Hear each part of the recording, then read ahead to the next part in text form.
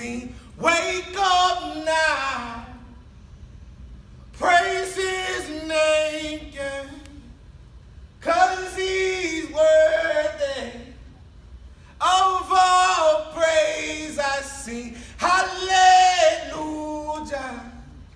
King of all kings, yeah, hallelujah. I've been redeemed, I sing, hallelujah, King of all kings, yeah, hallelujah. I've been redeemed, I sing, oh, how he loves us, oh,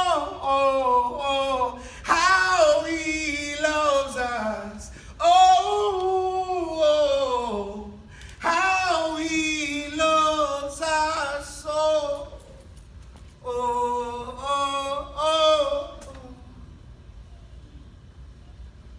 I was on a dark road, clouded by regret and filled with impersonations of things I thought I was meant to be. I was prom king.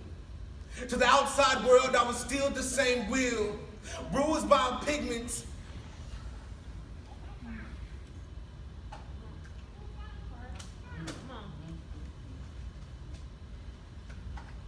Bruised by the feeling of being inadequate in a world ruled by pigments far lighter than my own. Held down by the infectious fear of being just another blackmail statistic. Plagued by the love for a woman who didn't even realize that I loved her how the fish love the sea. Simply wanting to be submerged in the beauty of her presence, controlled by the fear of a misconstructed future, poisoned by the media that told me the only way I could be successful in this world is if I was a dealer of elevated mental substances, or if I ran, jumped, or skipped faster than the average man of my pigments. I was broken. As a senior in high school, I had been through enough inner turmoil to make a devoted Christian believe that Christ never really existed. Enough pain to make an atheist believe that only God can save him. With such demons, I was lost. My grades began to slip after my next football game. I received news that the schools I planned to attend no longer believed in my athletic ability. I prayed.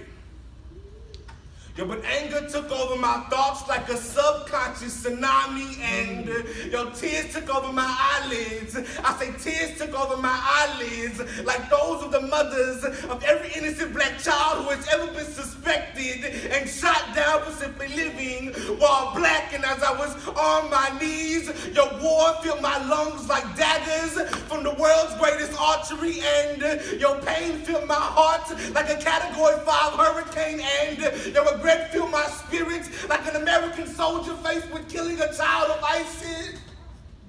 Your caught me fighting another man's war. As I was on my knees, your Satan captured my spirit like a powerful wind gust of disaster. I stood up, ran down the stairs, went to my kitchen, opened the drawer, and found the sharpest mistake I could find.